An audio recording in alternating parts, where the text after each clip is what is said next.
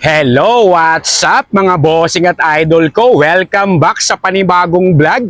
Nandito ulit tayo ngayon sa Shell Sukat Parañaque mga boss.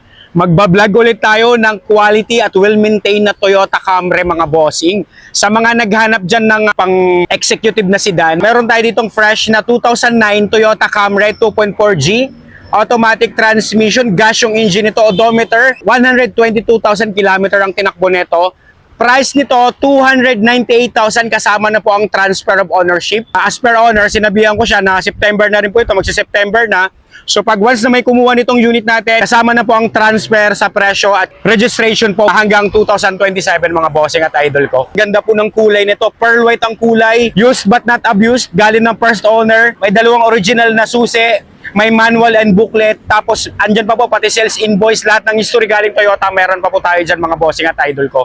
And nandito po tayo sa Shell para po pag binili nyo po ito, dito po kasi nagme-maintain po kasi nito ngayon ang chief mechanic dito sa Shell. So pag kinuha nyo po ito, sasampa po natin doon sa lifter na dito sa Shell para makita nyo yung mga pang-ilalim nito. So ito po, bagong palit ng ETF, kaka-change oil lang po nito. Wala na kayong gagawin dito, literal na sasakyan nyo na lang to ito, ready for long drive mga bossing. Zero retouch, original shiny paint, presentable outside appearance. Meron lang ako napansin doon, may kalmot ng aso doon, pero overall appearance nito presentable pa rin mga bossing. White plate na po ito, projector headlamps, malilinaw yung mga headlamps, may fog lamps. May dalawang sensor sa harap. Tapos sa mga gulong nito, 2023 ang production date, makakapal pa po, nasa 90% trade life pa po ito. 90% trade life, naka-disc brake na po ito, harap at saka likod. Ang ganda ng unit natin na ito mga bossing. Siyempre naman po ito, 100% not flooded unit, 100% no accident history. Kompleto po ang mga papel dito, ready for transfer, LT1 HPG verified mga boss. Stock lang to mga bossing at idol ko. Ay may repeater na signal light dyan, automatic retractable na rin yan. Tsaka ganda ng mga body cladding niya mga boss, nakita nyo po yan. Presentable talaga siya tingnan. Walang kupas ang pintura. Ito yung sinasabi kong kalmot ng aso mga boss.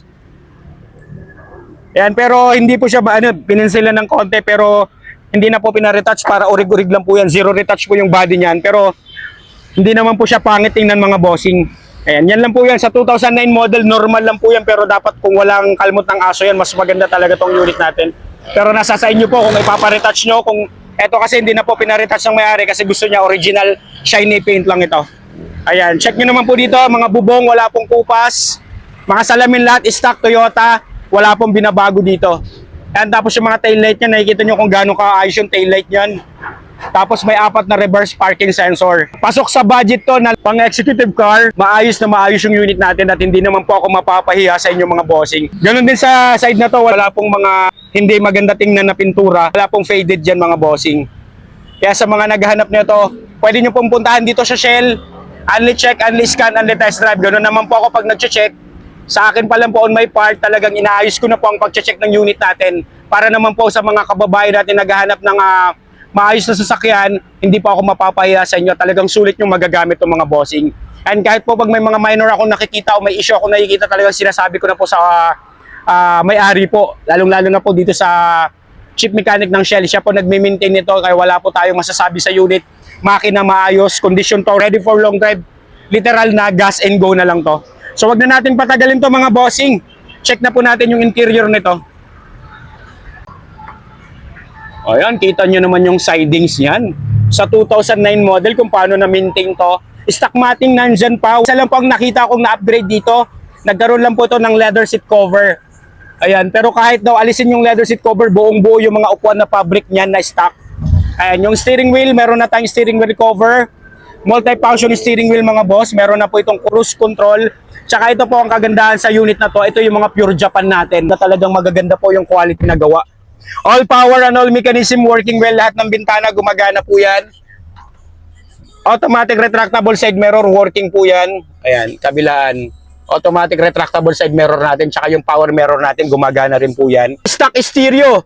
All stock, all original mga boss. Ang dinagdag lang po dito na upgrade yung leather seat cover lang po. Tsaka itong steering wheel cover natin. The rest, stock po lahat. Yan po ang kagandahan sa mga itong unit natin. Tsaka iba talaga pag gawang Japan. Kahit yung mga body neto, maayos talaga. Solid ang mga body neto. Malamig ang aircon. Naka-dual ice cold aircon with automatic climate control. Wala pong problema sa lamig ng aircon nito. Tsaka syempre po, upon scanning po ng unit natin, Ayun, wala po tayong diagnostic trouble code, 9DTC found, zero diagnostic trouble code to mga boss. Pagka chinek nyo po ng actually, scan din po natin yan, wala po tayong cleaner dyan, wala po siyang fault code, kaya sulit na sulit talaga kuhanin to. Yung dashboard nito, maayos pa. Maayos ang dashboard nitong Camry natin mga bossing, kasi karamihan ng mga Camry, ito talaga lagi kong tinitingnan, parang yung Altis. Ito maayos. Maayos pa yung ano nito, yung dashboard nito mga bossing. Tsaka siding, tsaka ang ganda po ng brown na lining dyan, no? Ganda po ng tingnan talaga, nagkakaroon na at talagang elegante. Tsaka iba syempre ang suspension nito mga Camry natin mga bossing. Ganda talaga ang suspension nito. Hindi to matagtag mga boss. I suggest kung mapupunta sa inyo to, kung ayaw nyo na po ng stock na head unit na to, kung gusto nyo palitan ng Android head unit, mas lalong popogi to mga bossing. Pero kung gusto nyo pong stock lang, may reverse sensor naman, wala pong problema, tsaka madali lang na i-maneuver to kasi sedan. Shifting nito, smooth and responsive, 5-speed automatic transmission. Wala pong kaldag to. Walang shift shock, tapos meron na rin tong Tiptronic shifting kung gusto niyo yung manual mode, plus minus mga boss. Wala man lang kanginig-ginig, walang kakaldag-kaldag mga boss. Tsaka super lamig ang aircon nito mga bossing kahit 2009 model. Bagong cleaning lang po ang aircon nito. Glove box, andyan po yung manual and booklet. Kompleto po lahat tayo dyan. Tsaka yung sales invoice nandyan, kagaya na sabi sa inyo kanina. Wala naman pong problema sa 2009 model, used but not abused to. Kahit yung mga pang-ilalim nito, pang test drive, wala naman po siya ng mga unwanted noise, walang kalampag, walang langit-ngit mga bossing. Kasi pag ako nagte-test drive, pag may napansin akong mga ganon na mga langit-ngit or kalampag, sasabihin po agad natin sa kanila. Lalong-lalo na po sa nagme-maintain itong chip mechanic talaga para hindi po ako mapaya sa inyo mga bossing at idol ko. Ayan, kaya sa mga naghahanap na ito, mga bossing at idol ko, ano pang inaantay nyo? Pwede nyo pong puntahan to dito sa Shell Sukat Parañaque mga bossing. Only check, only scan, only test drive. You can bring your own trusted mechanic, Mechanic Go, or yung mga mechanic po na gusto nyong dalhin para naman po magkaroon kayo ng peace of mind mga boss. Pero syempre po, itong ship mechanic dito, 25 years na po dito sa Shell, hindi po para niya ibenta to na mapapahiya rin siya. And pwede niya pong pwede natin isampa sa lifter. Second row, check yung second row nito. Meron na siyang rear center aircon ventilation, tsaka napakaganda po, napakaluwag ng second row nito. Ayos po yung space ng legroom tsaka headroom. Ayos po yung leather seat cover, pero ito meron din siyang armrest dyan. Binuksan ko na po kanina. Ito pang pang executive car, maayos to. Ayan yung armrest natin, may cup holder, may armrest pa po yan.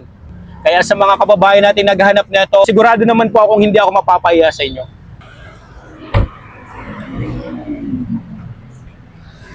Ayan yung ating trunk compartment. Andyan pa po yung green plate natin. Yung lumang green plate, andyan na po. Andyan pa po yung isang green plate natin. Reserbang gulong nandito sa ilalim. Papalinis pa po natin to mga boss. Hindi pa po natin napapalinis. Papalinis pa po natin yan para mas presentable tingnan. All intact po, tsaka yung mga foam niya na stock na carpet, maayos pa po yan. Check natin engine bay nito under the hood. Maayos na maayos tong unit natin. Talagang swerte rin naman po ang makakuha nito. Gawa ng hindi naman po ito masyadong bugbog. Makikita nyo naman po kahit yung pagsara ng pinto, maayos na maayos ang tunog po niyan. Tsaka yan ang view niyan galing sa loob. Check natin engine bay nito under the hood mga bossing. Ayan, naka hood stand stay. Okay po yung hood stand stay natin. Napaka-smooth ng engine, no talsek, no usok, no blow by mga boss. Ipapalinis pa po natin yung engine niyan. Ito, sasabihin ko po yan. Yung ano na yan, yung dumi-dumi na yan dyan, yung kalakalawang, papasprayan natin yan. Siyempre po ito, na-stock. Nakikita nyo po yung hindi po masyadong gamit na unit. And na-stock na po yan, so papasprayan po natin yan para po malinis yan. Para presentable po pagdating sa inyo. Naka-coolant, wala pong overheat history, naka-Motolet Gold battery. Ito naman pong si Toyota Camry, powered by a 2.4 liter gasoline engine that produces 167 horsepower at 224 Newton meter of torque mga boss. Tsaka timing chain na po ang gamit nito. Kaya maayos na maayos to. Napaka-smooth ng andar, walang unwanted noise, wala siyang mga vibrations. Maayos po yung idling niyan. Smooth na smooth po yung andar nito. Lalo na po pag na-maintain, pag napunta po sa inyo, pag naalagaan nyo, lalo pong mas lalong pupogi ito mga bossing. Alright mga bossing, see you pa sa next upload. Ready for long drive na to, highly recommended ko to. Ingat pang lahat, God bless, see you pa sa next upload.